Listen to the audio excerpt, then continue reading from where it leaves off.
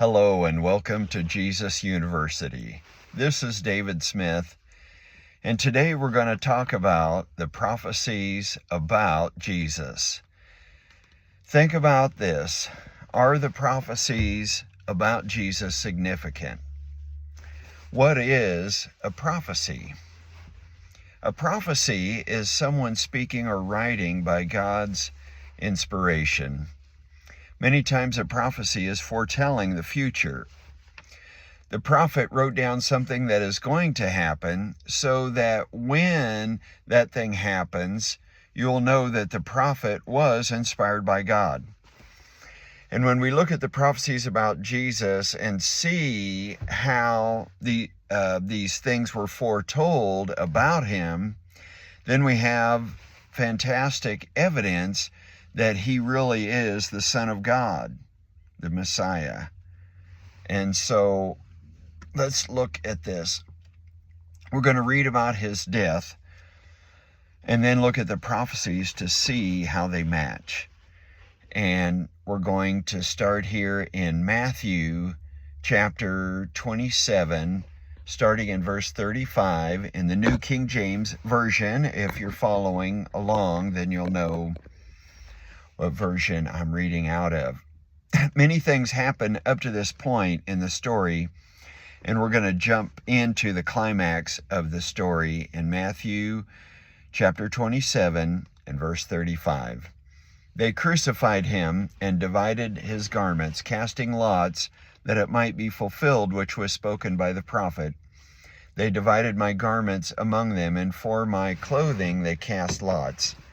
Sitting down, they kept watch over him there, and they put up over his head the accusation written against him, "This is Jesus, the King of the Jews." Then two robbers were crucified with him, one on the right and another on the left. And those who passed by blasphemed him, wagging their heads and saying, "You who destroy the temple and build it in 3 days, save yourself if you are the Son of God. Come down from the cross." Likewise the chief priests also, mocking with the scribes and elders, said, "He saved others, himself he cannot save. If he is the King of Israel, let him now come down from the cross, and we will believe him. He trusted in God, let him deliver him now, if he will have him. For he said, 'I am the Son of God.'" Even the robbers who were crucified with him reviled him with the same thing.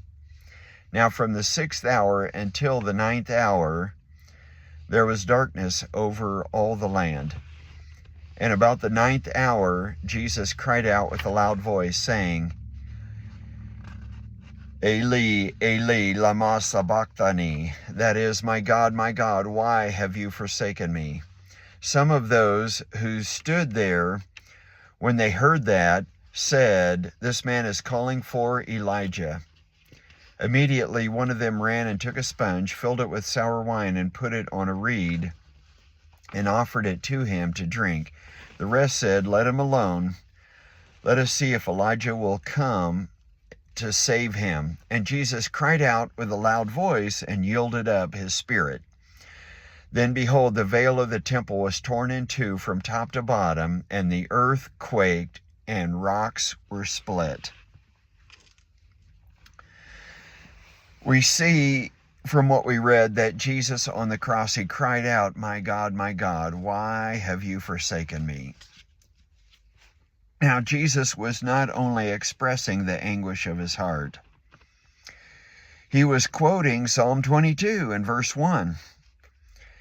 And I believe that he was not only crying out to his Father, but he was pointing us to Psalm 22 so that we would look at it and see how many amazing prophecies that describe what happened to him on the cross. Jesus kept doing things like this to help our faith, to help us to believe. So let's look at Psalm 22 and see how legitimate it is that we believe that Jesus was foretold about, and what happened to him on the cross was foretold about. And so let's look at this in Psalm 22 and verse 1. It says, my God, why have you forsaken me? Why are you so far from helping me and from the words of my groaning? Now if we drop down to verses 7 and 8, still in Psalm 22, it says, all those who see me ridicule me. They shoot out the lip. They shake the head, saying, he trusted in the Lord. Let him rescue him. Let him deliver him, since he delights in him. Now, we just read in Matthew that that's what they were saying. They were saying that he trusted in God. Let him deliver him. And so here we have a fulfillment, that it was foretold here in Psalm 22 in verses 7 and 8, and then those people that they said that about Jesus right there. And so here later on in verses 14 through 18, let's read this. I am poured out like water. All my bones are out of joint. My heart is like wax. It has melted within me. My strength is dried up like a potsherd, and my tongue clings to my jaws. Again, we're reading in Psalm 22. Let's keep going here. You have brought me to the dust of death, for dogs have surrounded me. The congregation of the wicked have enclosed me. They pierced my hands and my feet. I can count all my bones. They look and stare at me. They divide my garments among them, and for my clothing they cast lots. This is really describing suffering and torment. And it was King David that wrote this psalm. Now, a psalm is a song. And we would call it a blues song. This was written thousands of years ago and about 1,000 years before the time of Jesus. And so we can see how incredibly it matches up. But why is King David writing these things? He was writing about what he felt, but obviously he was also writing by the Spirit of God.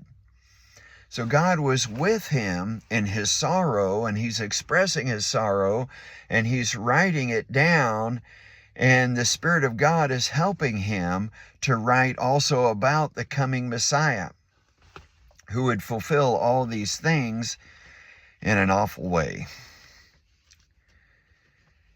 It says there, my bones are out of joint. Now, let's think about it. Were King David's bones really out of joint?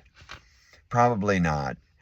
But God was using King David's poetic writing to foretell Jesus and what happened to Jesus on the cross 1,000 years later. And Jesus hanging there, think about Jesus hanging there on the cross. That he's hanging there, and a person that's hanging on the cross like that, he's hanging by his hands. And when a person's hanging by their hands like that, then pretty soon their bones get out of joint.